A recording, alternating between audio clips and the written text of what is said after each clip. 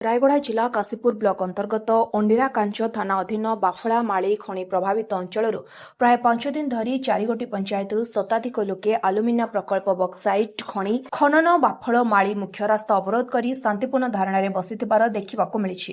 ମୁଖ୍ୟତଃ ଏହି ଅଞ୍ଚଳ ଖଣି ପ୍ରଭାବିତ ଅଞ୍ଚଳ ହୋଇଥିବାରୁ ଅଞ୍ଚଳର ବିକାଶ ଅନେକ ଦୂରରେ ବୋଲି ଲୋକେ ଅଭିଯୋଗ କରିଛନ୍ତି। କିନ୍ତୁ ଖଣି ପ୍ରଭାବିତ ଅଞ୍ଚଳର ରାଜ୍ୟ କେନ୍ଦ୍ର ସରକାରଙ୍କର ଯେଉଁ ଉନ୍ନୟନମୂଳକ କାର୍ଯ୍ୟପନ୍ଥା ଅଛି ଏବଂ ସରକାରଙ୍କ ସହ ପ୍ରକଳ୍ପ ଯେଉଁ ସବୁ ଉନ୍ନୟନମୂଳକ ଚୁକ୍ତିନାମା ସ୍ୱାକ୍ଷର କରିଛି ତାହା ବାସ୍ତବିକତାରେ ଉପଯୁକ୍ତ ବିନିଯୋଗ ହେଉନଥିବା ବେଳେ ସ୍ଥଳ ଅଞ୍ଚଳର ବିକାଶ ଦିଗରେ କେଉଁଠି ନା କେଉଁଠି ଉତ୍କଳ ପ୍ରକଳ୍ପ ଦ୍ୱାରା ଅବହେଳା କରାଯାଉଛି। ଏହାସହ ପ୍ରକଳ୍ପ ଗଢ଼ି ଉଠି ପ୍ରାୟ 2 ଦଶନ୍ଧି ହେବ, କିନ୍ତୁ ଏଯାବତ୍ ବାଫଳ ମାଳି ଖଣି ପ୍ରଭାବିତ ଅଞ୍ଚଳବାସୀଙ୍କୁ ପ୍ରକଳ୍ପ ରୋଜଗାର ଯୋଗାଇ ଦେବାରେ ବିଫଳ, ଯାହାଦ୍ୱାରା ଆଜି ଅଞ୍ଚଳବାସୀଙ୍କର ଆର୍ଥିକ ସ୍ୱଚ୍ଛଳତା ଅତି ନିମ୍ନ ସ୍ତରର ବୋଲି ଧାରଣାକାରୀମାନେ ଏ ଦିଗରେ ପ୍ରଶାସନର ଦୃଷ୍ଟି ଆକର୍ଷଣ ଅତି ଜରୁରୀ ବୋଲି ପ୍ରକାଶ କରିଛନ୍ତି। ପ୍ରାୟ 5 ଦିନ ହେବ ଅଞ୍ଚଳରୁ ମହିଳା ପୁରୁଷ ବୃଦ୍ଧମାନେ ହକ୍ ଅଧିକାର ପାଇଁ ପ୍ରାୟ 15 ଗୋଟି ନ୍ୟାଯ୍ୟ ଦାବି ପୂରଣ ପାଇଁ ପ୍ରଶାସନକୁ ଗୁହାରି କରି ଶାନ୍ତିପୂର୍ଣ୍ଣ ଧାରଣାରେ ବସିଥିବା ବେଳେ ଆଜି ରାୟଗଡ଼ା ଜିଲ୍ଲା ପ୍ରଶାସନ ପକ୍ଷରୁ ଉପଜିଲ୍ଲାପାଳ ବାଫଳମାଳି ଧାରଣା ସ୍ଥଳଠାରେ ପହଞ୍ଚି ଧାରଣାକାରୀଙ୍କର ଦାବି ସମୂହର ସମାଧାନ ଦିଗରେ ଆଲୋଚନା କରି ଆଗାମୀ ମାର୍ଚ୍ଚ 7 ତାରିଖ ପର୍ଯ୍ୟନ୍ତ ସମୟ ଧାର୍ଯ୍ୟ କରିଥିଲେ।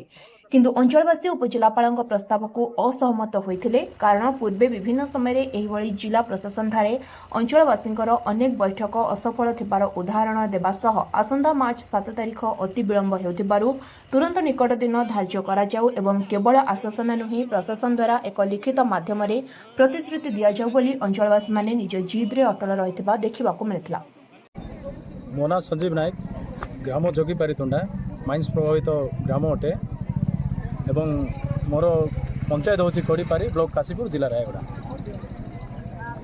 ଆଜକୁ ପ୍ରାୟ 5 ଦିନ ହୋଇଗଲା ଆନ୍ଦୋଳନ ରହିଛି, କଣ୍ଟିନ୍ୟୁ ରହିଛି।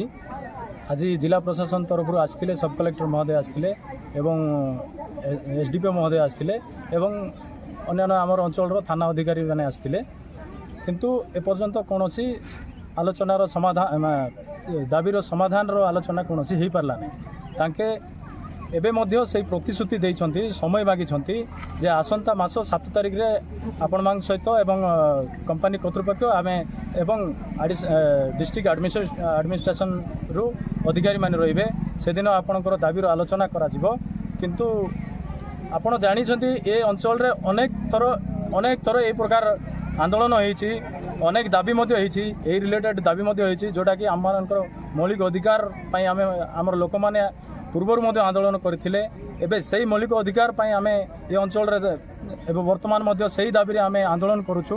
କିନ୍ତୁ ପୂର୍ବ ପ୍ରତିଶ୍ରୁତିରେ ହିଁ ରହିଗଲା, କିନ୍ତୁ ଆଜି ମଧ୍ୟ ସେହି ପ୍ରତିଶ୍ରୁତି ହିଁ ଦିଆଯାଉଛି, ସମୟ ମାଗୁଛନ୍ତି। କିନ୍ତୁ ଆଗାମୀ ସମୟ ଦେଲା ପରେ ସେମାନେ ଆହୁରି ଅନେକ ବାହାନା କରିକି ଆମକୁ ସମୟ ଗଡ଼ାଇ ଦେବେ, କିନ୍ତୁ ଲୋକଙ୍କର ଯେଉଁ ଦାବିର ସମାଧାନ କୌଣସି ବାଟ ମଧ୍ୟ ଫିଟିବାର ଯାହା ଆମେ ଆଶଙ୍କା କରୁଛୁ।